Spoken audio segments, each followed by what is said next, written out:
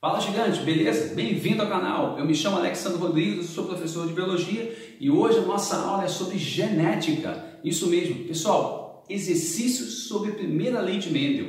Galera, já coloquei aqui 3 aulas sobre exercício também de genética, só que falando sobre herança ligada ao sexo. Quero que vocês assistam essas primeiras 3 aulas e venham para cá para assistir essa 4ª aula. Assista na cronologia normal, como eu coloquei aqui. Vai facilitar muito o entendimento das questões. Na primeira aula fala sobre muitos conceitos, na segunda fala sobre outros conceitos, ou seja, é importante para você que está se aprofundando em genética, está aprendendo sobre lei, primeira lei e sobre herança, ligada ao sexo, para que você possa diferenciar esses conceitos muito importantes, tá? Então fica ligado que hoje nós temos aqui agora exercícios sobre cromossomos autossomos. Isso mesmo, tem diferença. Se você não sabe a diferença, assiste a minha primeira aula sobre a primeira lei, tá? Ó, dá uma olhadinha aqui, ó.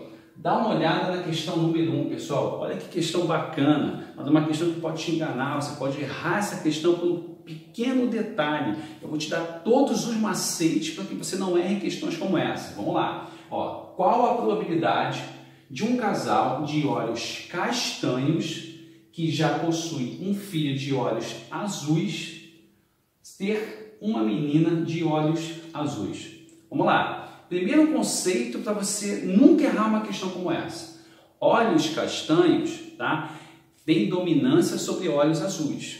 Olhos castanhos, o genótipo para olhos castanhos é azão. E o genótipo para olhos azuis é o homozigoto recessivo azinho. Vou colocar aqui para você. Então vamos lá. Olhos castanhos, ó, olhos castanhos, tá? Você pode pensar em azão. Então pode ser azão, tá? E pode ser azinho, ok? Então se for azão ou azinho, é castanho. Agora, olhos azuis, tá? Olhos azuis, eu quero que você se lembre sempre, não existe outra possibilidade. Homozigoto recessivo. Tendo essa informação, fica muito mais fácil você conseguir montar o cruzamento. Então vamos lá, dá uma olhada. Os pais, ó, o casal tem olhos o quê? Castanho. Isso significa que eles têm pelo menos um azão, tá? Mas o que vai determinar você saber qual é o genótipo dos pais? Ou seja, se é azão ou azinho. Olha a prole dele, ou seja, olha o filho. Esse casal já teve um filho que, ó, um filho de olhos, ó, azuis. Aqui, ó. Olhos azuis. Galera, isso significa que esse filho recebeu um azinho da mãe e um azinho do pai, certo? Então a gente acabou de determinar o genótipo do pai e da mãe. Ambos são o quê? Heterozigotos. Ambos são isso aqui, ó, tá? Então vamos montar aqui no jogo da velha o cruzamento. Então, ó, o pai é azinho e a mãe é azinho. Pronto, montamos o genótipo da geração parental, certo? Da geração P.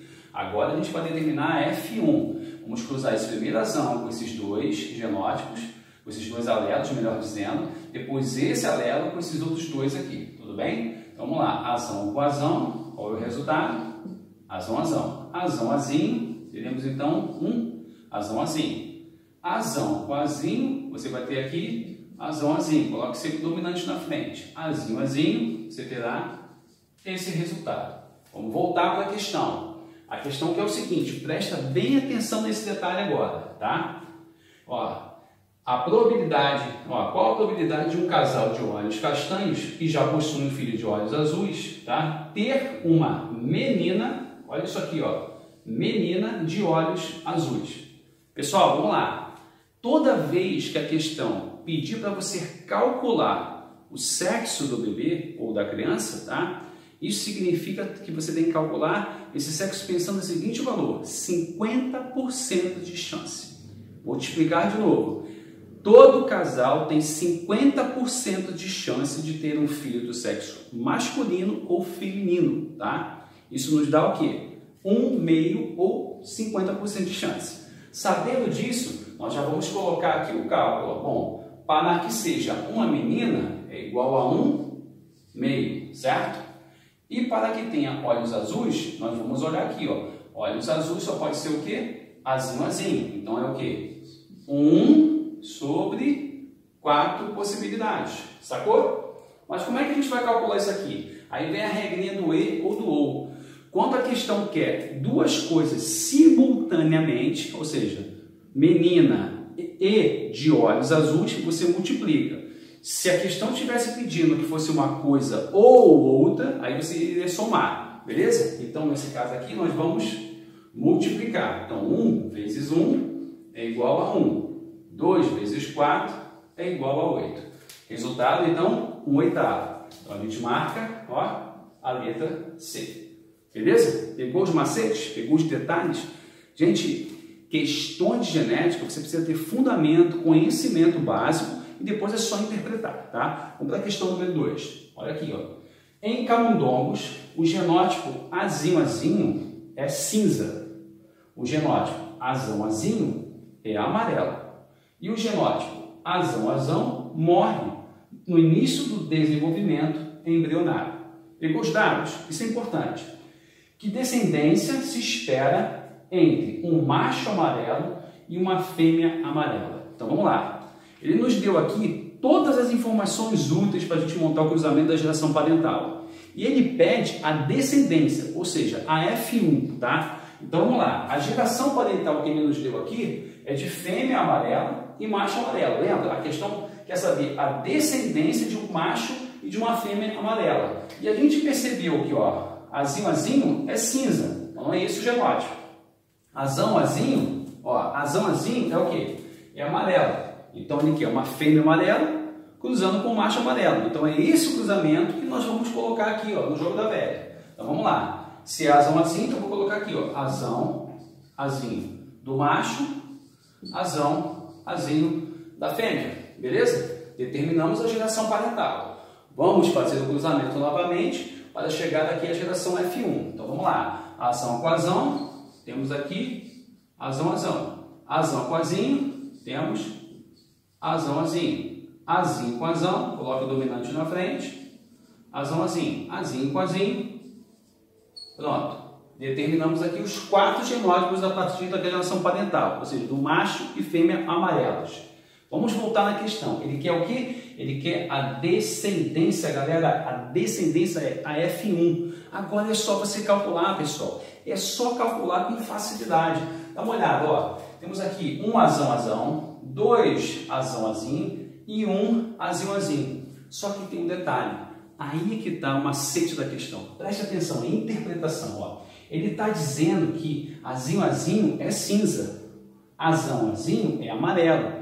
Mas azão morre durante o desenvolvimento, no início do desenvolvimento embrionário.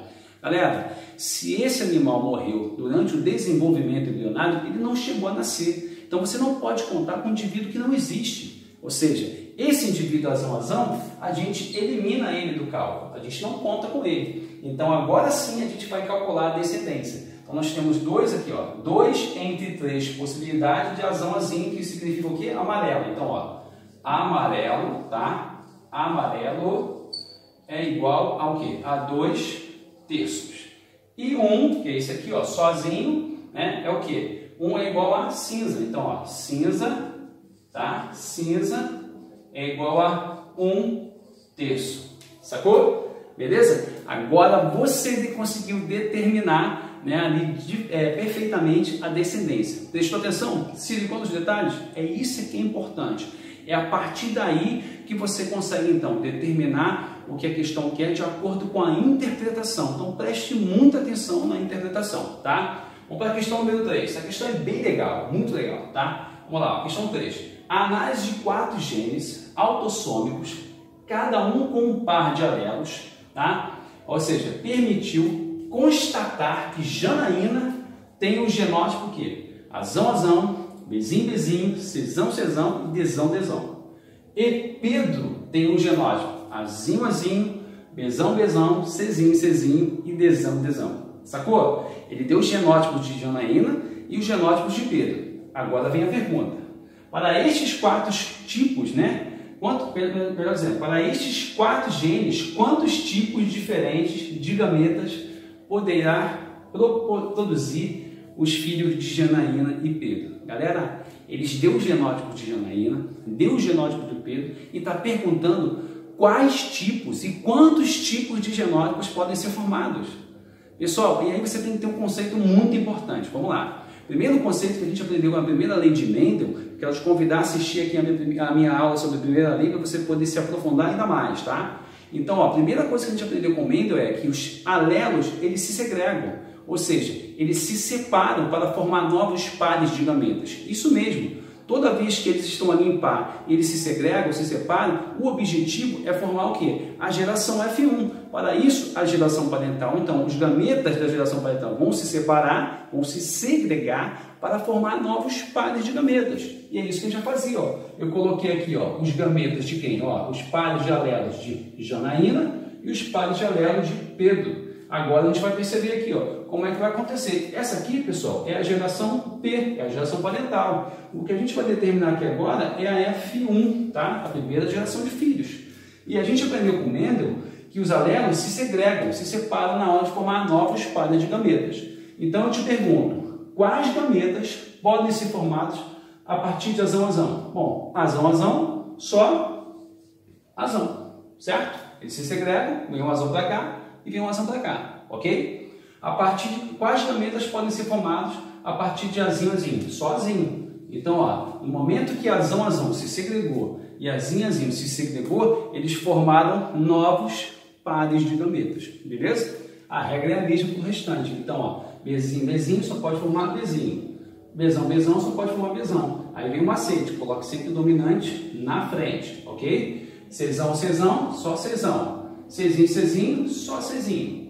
Dzão, Dzão, só Dzão. Dzão, Dzão, só Dzão. Reparou? Cada um recebeu um gameta que veio do pai ou da mãe. No caso aqui, Janaína e Pedro. Agora nós determinamos a F1. Sacou? Aí vem o macete, tá? Ele quer o quê? Né? Olha o que ele quer. Ó, dá uma olhada. Para estes 4 genes, quantos tipos diferentes de gametas poderia produzir o filho? Ou seja, esse aqui, ó, o F1, tá? De Janaína e Pedro. O filho, quais gametas? Quantos gametas ele pode produzir? Tem um macete. O macete é esse aqui, ó. Você vai pegar, ó, 2 elevado a N. Tá? O que é isso? 2 é o casal, representa o quê? O casal Janaína e Pedro, tá? E N, pessoal, é igual ao quê? Ao número, tá? De heterozigoto, tá? Igual ao número de heterozigoto, sacou? Isso é importante. Então, como é que você vai colocar aqui, ó? Se é um número de heterozigoto, conta comigo, ó. Azão, azinho, heterozigoto. 1. Bzão, Bzinho, heterozigoto. 2. Czão, Czinho, heterozigoto. 3. Aí você joga na fórmula. Então, ó, C2 elevado a N é o mesmo que dizer o quê? 2 elevado a 3. Então, você vai contar comigo, ó. 2 vezes 2, 4. 4 vezes 2, 8. Ou seja, 8 é o número de gametas possível, né, a partir do genótipo do filho de Janaína e Pedro. Sacou? Gostou? Deixa o seu like, mas fica aí que tem mais. Pessoal, dando continuidade, a gente vai fazer agora a questão de número 4. Dá uma olhada, é uma questão com heredograma. Os alunos ficam muito preocupados quando as questões trazem heredograma. Mas tem um macete, é muito fácil. É só você identificar os casais. Comece identificando os casais. E por que os casais? Porque os casais vão nos dar dados com relação à sua prole, ou seja, os seus descendentes. E a partir disso a gente consegue ter muitas informações para chegar a um denominador que é a resposta, beleza? Dá uma olhada, temos aqui o casal número 1 e número 2, temos aqui o casal de número 4 e número 5 e temos o casal de número 6 e número 7. O casal número 1 e 2 tiveram aqui, ó, seguintes filhos, o 3, o 4 e o 6, perceberam? O casal, o filho 4 casou com a 5, que não é da família, e tiveram o quê? O 8 como filho. 6 e 7 casaram-se e tiveram um casal de filhos, 9 e 10. Perceberam isso? Tá. Olha o que a questão quer. Vamos lá, vamos identificar agora os dados que a questão nos dá. O heredograma a seguir, os indivíduos marcados, tá, apresentam um tipo de cegueira noturna, ou seja, esses indivíduos marcados possuem cegueira noturna, tá?